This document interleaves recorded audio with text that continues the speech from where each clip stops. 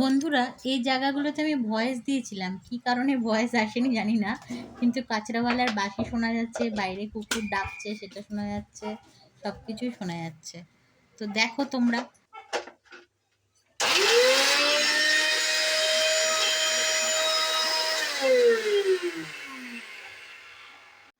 বন্ধুরা, এখানে কাঁচা কলা সেদ্ধ আর আলু সেদ্ধ নিয়ে নেওয়া হয়েছে। এবার এর মধ্যে বেসন,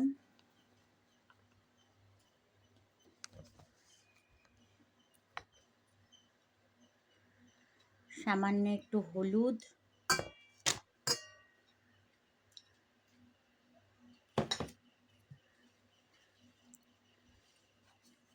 একটু আজওয়াইন,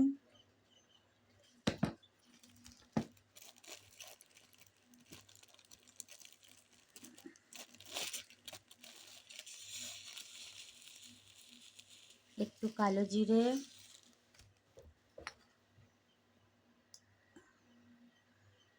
আর নুন, স্বাদ মতো নুন, আর একটুখানি হিং দিচ্ছি।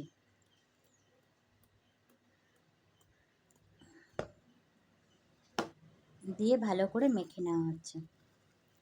তারপরে এগুলোর কোপ্তা করা হবে।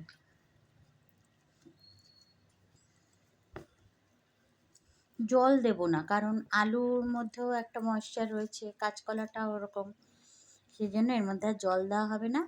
ওইটা দিয়ে শুকনো শুকনো করে মেখে নেবো, জল দিলে ল্যাতল্যাতে হয়ে যাবে।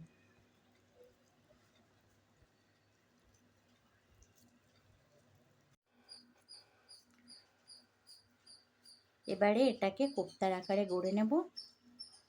গড়ে গরম তেলে, ছাঁকা তেলে ভেজে তারপরে কি কি মশলা দিয়ে করছি সেটা তোমাদের দেখাচ্ছি। এরমভাবে গড়ে নেব।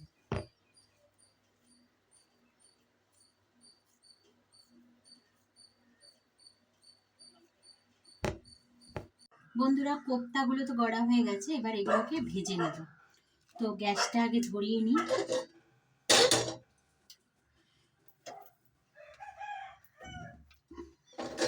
আজকে প্রচণ্ড গরম, আর ভালো লাগছে না, অসহ্য গরম দিয়েছে। একটু হাওয়া নেই, কিছু নেই।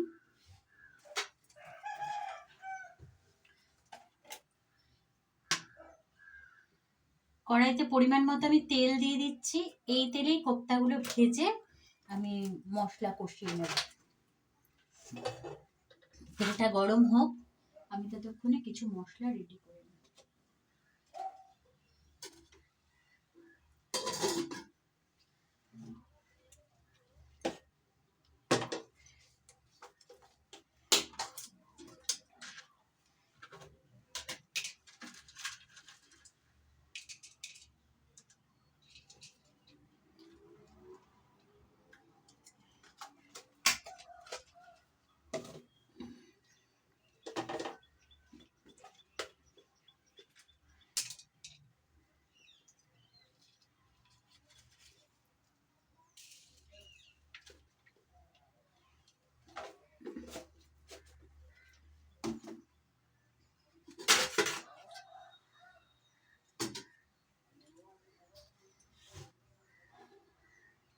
বন্ধুরা, এদিকে তেলটা গরম হয়ে গেছে। এবারে এই বলগুলোকে একটু লাল লাল করে ভেজে নেব।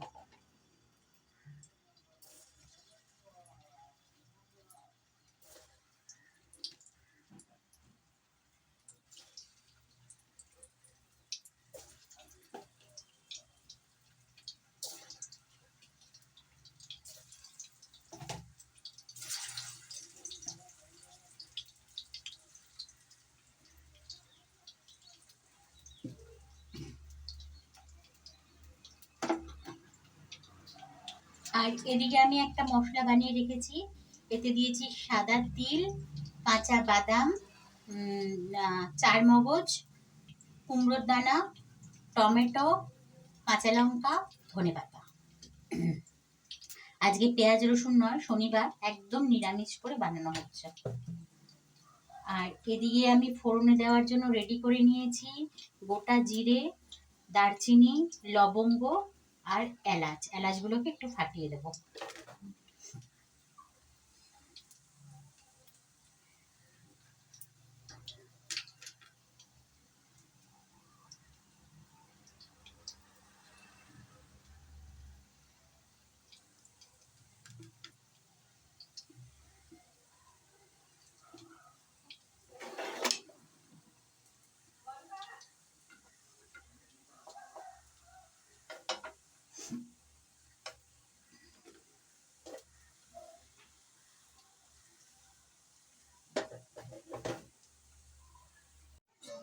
কোপ্তাগুলো লাল লাল করে ভেজে নিয়েছি, এবারে তুলে নিলাম।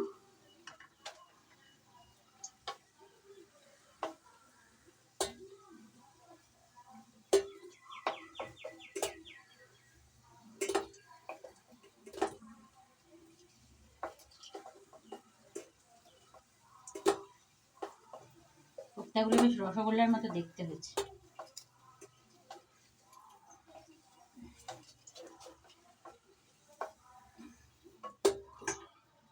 এবার এই তেলের মধ্যেই আমি এই গোটা মশলাগুলো ফোড়নে দিয়ে দেব। এখানে আছে গোটা জিরে, লবঙ্গ, এলাচ আর দারচিনি টুকরো।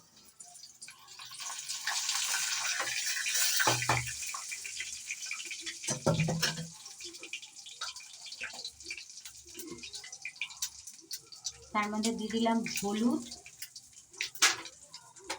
আর দিয়ে দেবো কেটে রাখা আলুগুলো।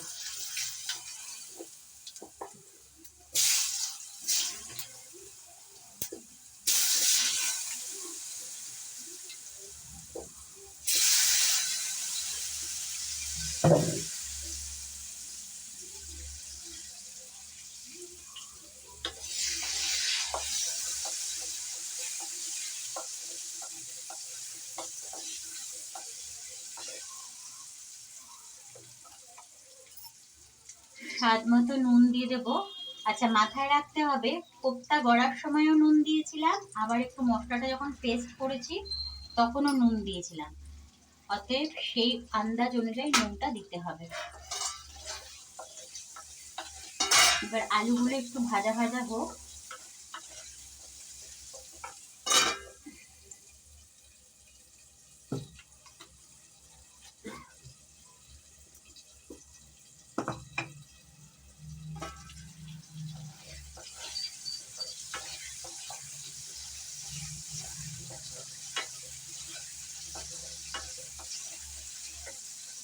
এবার আমি দিয়ে দেবো এই বেটে রাখা মশলাটা।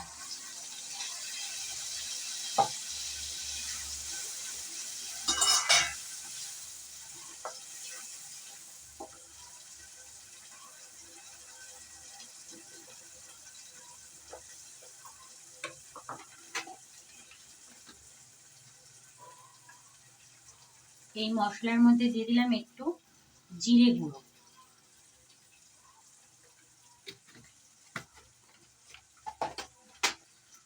এটার মধ্যে কোনো পেঁয়াজ, রসুন, আদা বাটা আমি কিছু দিইনি কিন্তু। আর ঝাল যে যেরকম খাবে সেই অনুযায়ী একটু ঝাল লঙ্কার গুঁড়ো।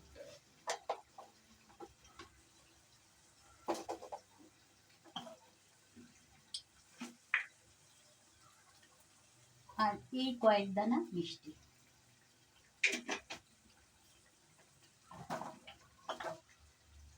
এবার এটাকে একটু ভালো করে কষে নেব।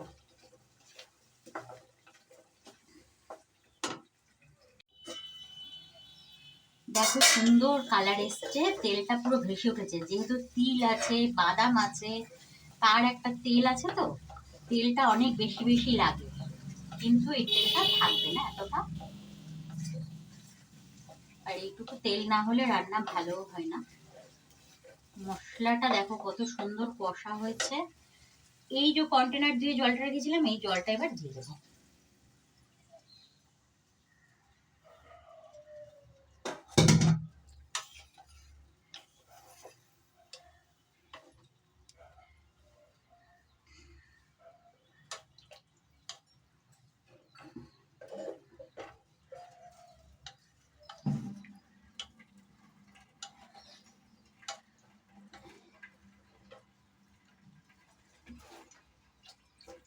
আর একটু জল দিলাম, কারণ ঝোলটা ফুটবে, আলুগুলো সেদ্ধ হবে, আর তার সাথে বড়াটা যখন দেবো না একদম ঝোলটা টেনে নেবে। সেই জন্য বড়াটা এখন দেবো না, ঝোলটা ভালো করে ফুটে আলুগুলো সেদ্ধ হয়ে যাক, তারপর বড়াটা দেবো। বন্ধুরা দেখো ঝোলটা ফুটে উঠেছে।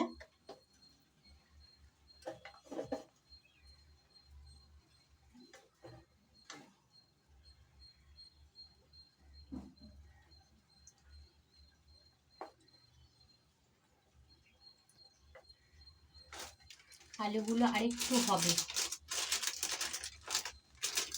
এর মধ্যে আমি এখন কসুরি মেথি পাতা দিয়ে দিচ্ছি।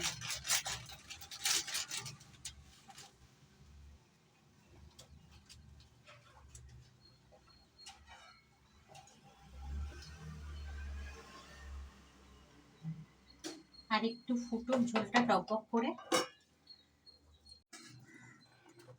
দেখো বন্ধুরা, ঝোলের কালারটা কত সুন্দর এসছে, আর এত সুন্দর একটা ফ্লেভার এসছে না। দেখো আলুটাও খুব সুন্দর সেদ্ধ হয়ে গেছে।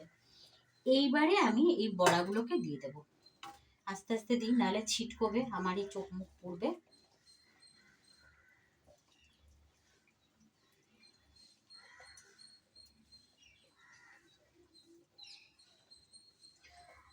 আর কাসুরি মেথি দিলে যে কোনো নিরামিষ সবজিতে এত সুন্দর একটা ফ্লেভার আসে না, আমার কিন্তু খুব ভালো লাগে। অনেকে হয়তো পছন্দ করে না, কিন্তু আমার কাসুরি মেথির ফ্লেভারটা খুব ভালো লাগে। আগে যদিও আমি খেতাম না, এখন এই সাউথে থাকতে থাকতে কাসুরি মেথিকে আমি খুব পছন্দ করে ফেলেছি।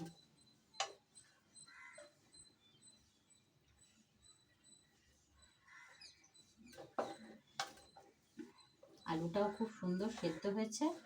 এবার ঝোলটা একটু ফুটুক, তারপরে একটু ঘি দেবো, নামিয়ে দেবো।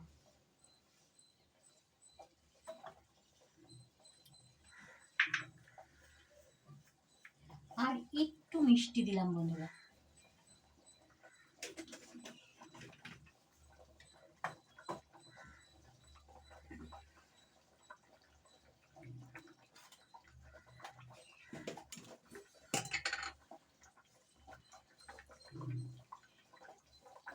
এই যে ঘি আমি 1 চামচ ভরে ভরে ঘি, বাবা হাতে সেই ফুটে আসবে। আমার এত ফুটে আসার মানে একটা প্রবণতা থাকে, আমি যেটা ভয় পাই সেটাই হয়।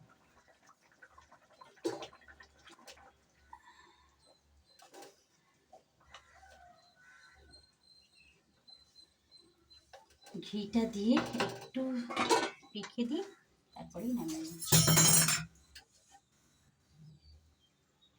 ওহো বন্ধুরা, সেই হয়েছে দেখতে।